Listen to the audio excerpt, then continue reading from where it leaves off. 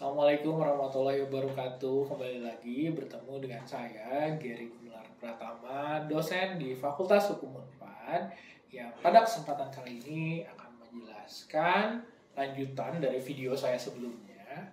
Sebelumnya saya sudah membicarakan ASEAN dan perdagangan internasional, hubungannya apa, dan bagaimana perdagangan internasional itu penting untuk integrasi ekonomi ASEAN. Itu sudah saya jelaskan di video sebelumnya.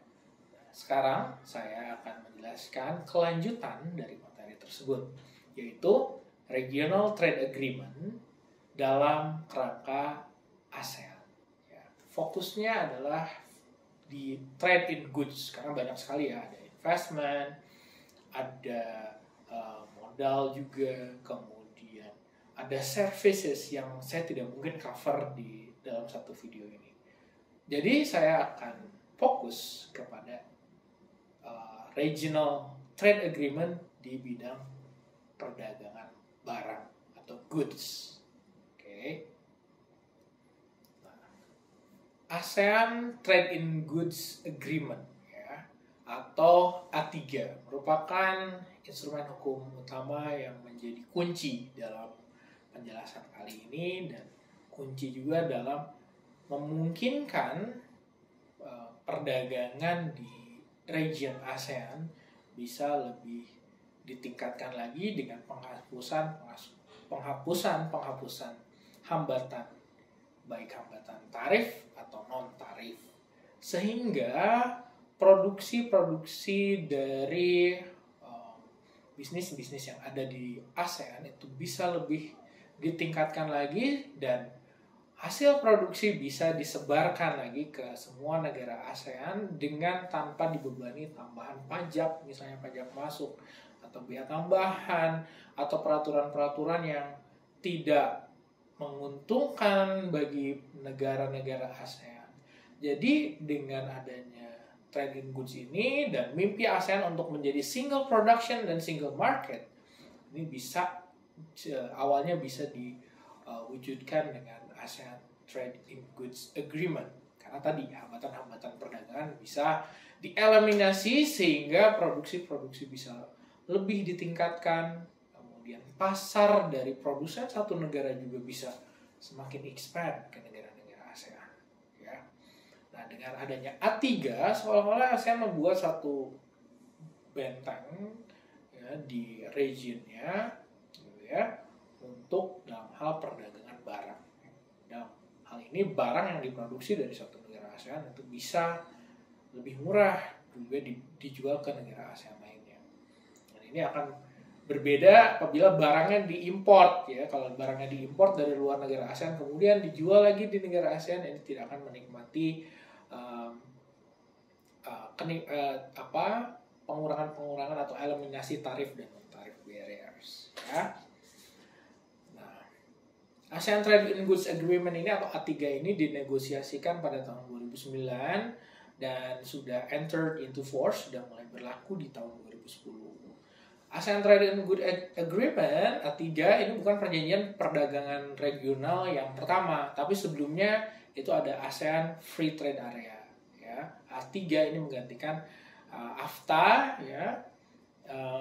AFTA ini perjanjian internasional yang mengadakan ASEAN Free Trade Area atau pasar bebas ASEAN pada saat itu melalui Common Effective Preferential Tariff atau dikenal dengan CEPT. CEPT AFTA, Common Effective and Preferential Tariff. Nah, ini belum sampai ke integrasi yang sepenuhnya. Nah, 3 sudah next step-nya. Nah, CEPT AFTA ini punya satu fitur yang sangat penting dari setiap perjanjian perdagangan internasional, yaitu schedule atau jadwal yang mengatur masing-masing ASEAN member states untuk menurunkan dan menghilangkan tarif rates. Nah, CEPT AFTA itu hanya berlaku schedule-nya dari tahun 1992 sampai dengan 2010. A3 dinegosiasikan sebelum CEPT AFTA berakhir pada tahun 2009 dan melanjutkan CEPT AFTA dengan schedule yang baru, dan perjanjian ini bisa lebih komprehensif lagi untuk memperkuat perdagangan internasional ya di intra-region ASEAN. Oke. Nah, tujuan dari A3 ini adalah integrated market and production base with free flow of goods by 2015. Nah, sudah terlewat ya sekarang. Kalau kita lihat ya, kalau kita petakan ya dari ASEAN Trade in Goods Agreement, dari A3 ini ada perjanjian-perjanjian yang mengamandemen ya setelah 2015, AFTA itu sendiri, dan ada perjanjian-perjanjian internasional yang dibuat berhubungan dengan AFTA. Misalnya ya, yang mengamandemen itu ada Protokol 2013 ya, yang to amend certain economic agreements related to trade in goods, yaitu mengamandemen A3. Kemudian di 2010 ada juga protokol ya, to amend the protocol to provide special consideration for rice and sugar, spesifik sekali ya, untuk perdagangan barang rice and sugar sudah di-amend juga. Pada tahun 2010 ada juga MOU on the pilot project for the implementation of a regional self-certification system. Ada self-certification system yang tadinya kalau kita mau punya sertifikasi ya, mau ekspor punya sertifikasi harus mengapply via government, tapi untuk lembaga-lembaga tertentu ini ada bisa diberi kewenangan self-certification ya. Kemudian di 2019 juga ada MOU on the second pilot project for the implementation of regional self-certification system, masih self-certification system. Ada juga perjanjian-perjanjian atau legal instrument yang berhubungan dengan A3. Misalnya Protokol 2003 governing the implementation of ASEAN Harmonized Tariff Nomenclature. Ya, kalau kita mau mengekspor barang dan menikmati tarif tertentu, ya, itu kita harus lihat nomenklaturnya ya, karena setiap produk nomenklaturnya berbeda-beda. Ada tarif nomenklaturnya beda-beda, tarif headingnya beda-beda. Ini harus diharmonisasi sehingga kalau satu negara mau mengekspor ke negara lain untuk barang A, ya, dia akan bisa melihat, mengkategorikan headingnya itu masuk mana sehingga dapat dikategorikan apakah dapat mendapat pengurangan tarif. Ya. Kemudian di tahun 2012 ada ASEAN Agreement on Customs, ya, ini berhubungan juga dengan A3. Di tahun 2005 ada Agreement to Establish and Implement ASEAN Single Window. Ya, ini portal atau satu platform yang berisi informasi-informasi yang harus di-disclose oleh masing-masing negara sehingga eksporter atau importer bisa lebih mudah untuk melihat aturan-aturan yang berlaku di suatu negara, kebijakan-kebijakan yang berlaku di suatu negara. Dan ASEAN ingin mempunyai satu single windows ya, satu single platform untuk itu dengan agreement ini. Ya, jadi sangat banyak ya dari A3 walaupun schedule-nya sudah lewat gitu ya. Oke, kita kembali ya. Nah, kalau kita lihat di ASEAN Trade in Goods Agreement atau A3 ya, kenapa saya katakan tadi di depan dia lebih luas daripada CEPT AFTA ya. Dia lebih luas dari CEPT AFTA. Karena A3 secara basic dia mengatur CEPT AFTA ditambah formalisasi beberapa ASEAN Economic Ministerial Meeting Decisions ya. Dan jadi ada A3 plus CEPT AFTA plus ya, ada beberapa pembahasan juga masuk menjadi instrumen masuk ke dalam instrumen A3. Menjadikan A3 itu sebagai single instrument untuk bisnis ya dan juga untuk pemerintah. Tadinya hanya mengatur untuk pemerintah saja, tidak ada aturan-aturan untuk bisnis yang masuk di CEPT AFTA. Tapi dengan adanya A3, ini secara komprehensif bisa lebih diatur ya di A3. Jadi single instrument. Oke. Di dalam A3 ini ada beberapa poin penting yang diatur. Yang pertama adalah tarif liberalization. Ini penting ya. Kenapa? Karena tarifnya di-reduce untuk sesama negara ASEAN. Kemudian penghilangan non-tariff barriers. Kemudian rules of origin. Ini nanti akan saya jelaskan ya. Kemudian ada trade facilitation, ya, bagaimana memfasilitasi perdagangan internasional, ada juga di A3. Ada customs, ya, ada standard and conformance, ya, ini mengatur spesifikasi produk, pengaturan safety, pengaturan quality, pre-market approval, ya, yang ini kalau berbeda-beda itu bisa jadi non-tariff barriers, sehingga A3 ingin menyeragamkan itu, ya, atau technical barriers to trade, ya, TBT, technical barriers to trade, ya, sehingga harus punya standarisasi dan conformance yang seragam, gitu, sehingga standarnya nggak beda-beda. Dan juga sanitary dan phytosanitary measure, atau aturan-aturan yang berkaitan dengan kesehatan sanitari manusia dan hewan tumbuhan, ya, phytosanitary. Bagian yang terpenting dari A3 juga adalah aneksnya. Perjanjian perdagangan internasional akan menjadi suatu perjanjian yang tidak efektif kalau tidak mengatur schedule.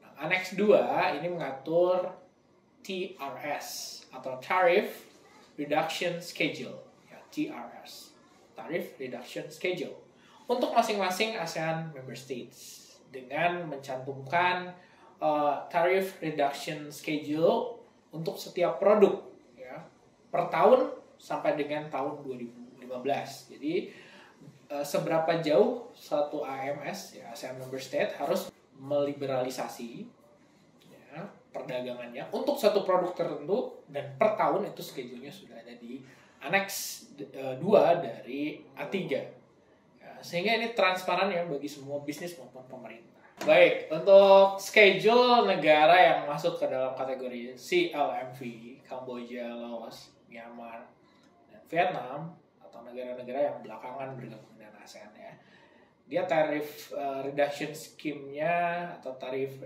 reduction schedule-nya, ya, tarif reduction schedule-nya dia lebih ringan karena dia bisa berakhir di 2018, ya. Dia berakhir di 2018, ya, tidak di 2015 seperti negara-negara di luar CLMV.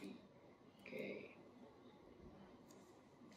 Nah, untuk menikmati preferential tariffs, A3 mengatur satu fitur, yaitu rules of origin. Jadi untuk membuktikan, untuk mengkategorikan apakah satu barang itu berhak untuk dikenakan tarif yang sudah tereliminasi atau pengurangan tarif, maka barang itu harus dijaga. Jangan sampai barang dari luar regional ASEAN itu diberikan pengurangan tarif yang sama. Misal satu negara itu mengimpor barang, satu negara A di ASEAN misalnya mengimpor barang dari negara di luar ASEAN, namun dia jual kembali ke negara-negara ASEAN dengan pengurangan tarif. Nah, itu yang tidak boleh terjadi. Sehingga ada yang namanya rules of origin. Tentu saja suatu barang, ya, terutama barang manufaktur, itu tidak bisa sepenuhnya jarang sepenuhnya untuk diproduksi secara penuh dengan bahan-bahan dari suatu negara atau dari ASEAN saja. Sehingga diatur di dalam A3 berapa minimum lokal konten yang harus ada sehingga barang yang dijual nantinya bisa menikmati pengurangan tarif. Dengan kata lain, untuk menentukan made in mana barang tersebut digunakan rules of origin. Dan ini ada rumusnya di A3, nanti Anda bisa cek, ya. Oke. ROO juga menentukan bahwa satu barang itu diproduksi secara lokal atau tidak di ASEAN, ya. Dan ROO nanti akan menentukan COO, Certificate of Origin, satu dokumen yang menunjukkan dari mana barang tersebut berasal, di mana barang tersebut diproduksi, ya. Apakah barang tersebut dibuat dari luar ASEAN atau barang tersebut dibuat di negara ASEAN, ya, sehingga dengan adanya aturan ROO bisa ditentukan Certificate of Origin, dan ini juga ada, ya. Nah, preferential tarif berdasarkan A3 ini juga diberikan untuk bukan hanya barang yang dimanufaktur, ya, sehingga dapat ditentukan made in mana. Ada juga barang yang masuk ke dalam kategori wholly obtained product, ya, produk yang secara utuh didapatkan, misalnya ikan, hasil ternak, ya, kemudian juga hasil-hasil perkebunan, kan itu tidak dimanufaktur. Nah, untuk barang-barang tersebut masuk ke dalam kategori wholly obtained product. Dan ini aturan rules of origin berbeda ya dengan barang ya. Karena tentu saja untuk produk-produk semacam itu tidak ada local content ya, beda dengan barang manufaktur ya. Baik, misalnya apa? Sepeda, misalnya sepeda motor, mobil misalnya ya. Nah, untuk barang wholly obtained product, aturannya bisa dilihat di pasal 27 ayat 3. Sedangkan barang-barang di luar wholly obtained product ya mengikuti pasal 28 dan 29 ayat 3. Ya. Ada yang namanya regional value content atau RVC ya. Ini ditentukan berdasarkan pasal 28 dan 29, itu minimal 40% value content dari total value barang yang dijual yang bukan wholly obtained product itu berasal dari ASEAN, atau barang mengalami juga change in tariff heading atau CTH atau change in tariff classification di pada saat diimpor ya.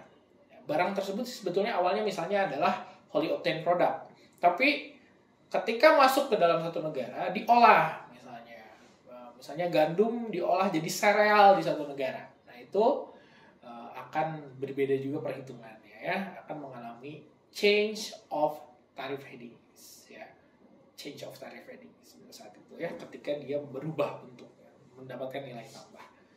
Nah, contohnya adalah Indonesia menggunakan daging sapi dari Malaysia untuk masuk ke headings ABC misalnya, ada nomornya. Dan diproses di Indonesia dengan dikalengkan, ya, jadi pengalengan daging. Nah itu ketika Indonesia mengekspor kembali dagingnya keluar, dia akan mengalami change in tariff headings ya. Jadi ada klasifikasi barang yang berbeda ya, tidak lagi wholly obtained product tapi dia sudah diproses ya, dan ini juga peraturannya akan berbeda ya berdasarkan A3 ya. Nah,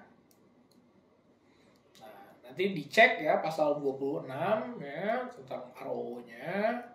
Kemudian ada juga aturan wholly obtained product dan aturan-aturan lain yang tadi saya jelaskan. A3 juga mengatur trade facilitation ya, di mana ASEAN member state wajib mengembangkan ASEAN Trade Facilitation Work Program ya, yang terdiri dari aksi nyata untuk membangun lingkungan perdagangan internasional yang konsisten, transparan, dan dapat diprediksi. Meningkatkan kesempatan juga bagi small and medium enterprises ya, UMKM, mempersingkat waktu dan biaya yang dibutuhkan untuk melakukan perdagangan ya. Nah, ini apa contohnya yang masuk ke dalam trade facilitation, yaitu adanya ASEAN Single Windows, yang dimana informasi bisa ditemukan dengan mudah di ASEAN Single Windows sehingga memfasilitasi perdagangan. Ini di luar dari upaya-upaya untuk mereduksi tarif, ya, untuk mengeliminasi tarif. Ada ASEAN Single Windows, dan ini ada di artikel 49 Establishment of ASEAN Single Windows ya. Kemudian apalagi yang masuk ke dalam kategori trade facilitation, yaitu self certification ya, untuk mendorong ya negara-negara yang ada di ASEAN mengutilisasi A3, itu dibutuhkan sistem ya yang namanya self certification. Dengan sistem ini, eksporter tidak perlu lagi pergi ke Department of Trade ya atau Ministry of Commerce ya untuk mengisi, ada satu form namanya Form D ya untuk mendapatkan Certificate of Origin. Nah, biasanya negara-negara eksporter harus ke Kementerian Perdagangannya masing-masing untuk dapat Certificate of Origin untuk barang yang dia produksi dan mau diekspor. Self-certification ini mengalihkan sistem dengan center negara ini. Dia mengalihkan ya self-certification ini untuk bisa juga dilaksanakan pihak di luar negara yang dikenal dengan certified exporter. Ya, dia melakukan self-sertifikasi sendiri untuk menentukan certificate of origin. Ya. Nah, syarat untuk menjadi CE atau Certified Exporter itu dia manufaktur sekaligus eksporter, track recordnya bagus, tidak masuk ke dalam blacklist national agency, dan able to comply dengan RO. Nah, untuk mengetahui lebih lanjut lagi, saya sarankan Anda membaca berbagai literatur dan juga international legal instruments di bidang ekonomi di ASEAN. Itu mungkin sedikit pengantar dari saya. Terima kasih. Saya Gary Gumelar Pratama pamit undur diri. Sampai ketemu di lain kesempatan. Wassalamualaikum warahmatullahi wabarakatuh.